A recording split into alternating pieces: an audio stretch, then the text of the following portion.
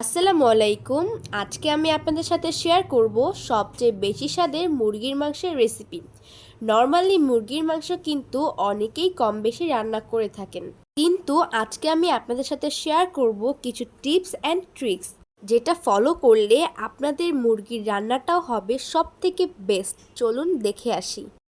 মুরগির মাংস রান্না করার জন্য যে উপকরণগুলো লাগবে সেগুলো হচ্ছে 1 চা চামচ হলুদের গুঁড়ো, 1 চা চামচ মরিচের গুঁড়ো, 1 চা চামচ ধনিয়ার গুঁড়ো, 1 চা চামচ জিরার গুঁড়ো, আরও আমি দিয়ে দিয়েছি 1 চা চামচ গরম মশলার গুঁড়ো, 2 টেবিল চামচ আদা রসুন বাটা, পেঁয়াজ বাটা দিয়েছি হাফ কাপ। আমি এই মুরগি রান্না করার জন্য পেঁয়াজ বাটা একটু বেশি দিয়েছি, কারণ মুরগির মধ্যে পেঁয়াজ বাটা দিলে খুবই বেশি মুরগিটা মজা হয়। সোনালি মুরগি নিয়েছি 1 কেজি ওজনের 1.5টা মুরগি। মুরগি রান্নার জন্য চুলায় একটি প্যান দিয়ে দিয়েছি, তাতে সরিষার তেল দিয়ে দিচ্ছি। আজকের মুরগির রান্নাটা আমি সরিষার তেল দিয়ে করব। সাধারণত সকলেই কিন্তু আমরা সয়াবিন তেল দিয়ে মুরগি রান্না করি অথবা যে কোনো রান্না করি, কিন্তু সরিষার তেল দিয়ে যদি রান্না করা হয় তাহলে কিন্তু প্রত্যেকটি খাবারের টেস্ট খুবই দ্বিগুণ হয়ে যায়। 1.5টা সোনালী মুরগির জন্য দিয়েছি হাফ কাপ পেঁয়াজ। পেঁয়াজ যখন হালকা একটু গোল্ডেন ব্রাউন কালার চলে আসবে তখন সকল ইনগ্রেডিয়েন্টস দিয়ে দিচ্ছি। এবারে সব মশলা একসাথে মিক্সড করে দিচ্ছি। সামান্য পানি দিয়ে সব মশলাগুলো কিছুক্ষণের জন্য কষিয়ে নিব। আপনাদেরকে আমি সকল রেসিপির ক্ষেত্রেই বলে থাকি, মশলাগুলো যত ভালো করে কষাবেন খাবারের টেস্ট তত বেশি ভালো আসবে। এই রেসিপির ক্ষেত্রে কিন্তু একই কথা। মশলাগুলো কষিয়ে নিয়ে লবণ দিয়ে দিয়েছি। লবণ আমি ব্যবহার করেছি আমার টেস্ট অনুযায়ী। এবারে মুরগিগুলো দিয়ে দিচ্ছি।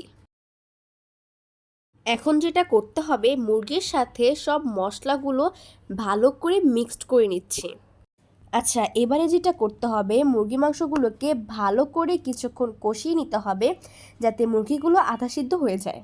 সাধারণত কিন্তু বাসায় অনেকেই মুরগি রান্না করে থাকেন, কিন্তু মুরগি রান্নার টেস্ট সবার একমতো অথবা ঠিকঠাক হয় না।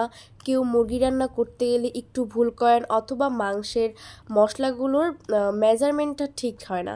তো আমার ভিডিও ফলো করে রান্না করলে মাংসের টেস্ট এবং মেজারমেন্ট সব কিছু ঠিকঠাক থাকবে। এই পর্যায়ে আমি 2টি আলু কিউব করে কেটে মুরগির মধ্যে দিয়ে দিয়েছি। এখন মুরগি এবং আলু সব কিছু একসাথে কষিয়ে নিব। আপনারা খেয়াল করলে দেখবেন বাচ্চারা কিন্তু খুব আলু পছন্দ করে, আর যদি আপনারা মুরগির মধ্যে আলু দেন তাহলে তো কোনো কথাই নেই, খুবই বেশি পছন্দ করবে। আমাদের বাসার ছোট ছোট সদস্যরা মুরগি কিংবা যে কোনো খাবারের মধ্যে আলু খেতে খুবই পছন্দ করে, তাই আমি মুরগির মধ্যে আলু দিয়েছি। আরও দিয়েছি আমি 6 থেকে 7টা কাঁচামরিচ ফালি। আপনারা যদি ঝাল একটু কম অথবা বেশি খান তাহলে অবশ্যই কাঁচামরিচের পরিমাণটা একটু বুঝে শুনেই দিবেন। এবারে সেম প্রসেসে আগের মতোই সব কিছু একটু ভালো করে কষিয়ে নিব, সাথে একটু পানি দিয়ে। আমি কিন্তু খুবই সিম্পলভাবে মুরগি রান্নাটা করেছি। আশা করছি আজকের মুরগি রান্নার রেসিপিটা নতুন রাঁধুনিদের জন্য খুবই বেশি হেল্পফুল হবে। যারা ব্যাচেলর অথবা নতুন বিয়ে করেছেন তারা কিন্তু এই রেসিপি ফলো করে বাসায় রান্না করবেন, দেখবেন সবাই খুব পছন্দ করছে। মুরগি কষানোর একবারে লাস্ট পর্যায়ে আমি দিয়ে দিচ্ছি 1 চা চামচ ভাজা জিরের গুঁড়ো। মুরগি যখন রান্না হয়ে যাবে সেই পর্যায়ে এই জিরের গুঁড়ো দিলে খুবই মজা লাগে।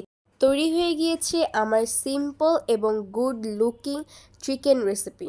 আমি তাছাড়াও আমার পেজে অথবা চ্যানেলে মুরগির রেসিপি আরও 2টি দিয়েছি অন্য স্টাইলে, চাইলে দেখে আসতে পারেন। সো আজকের ভিডিওটি যদি ভালো লাগে তাহলে অবশ্যই একটা সাবস্ক্রাইব করে আমাদের পরবর্তী ভিডিও দেখার জন্য পাশেই থাকবেন।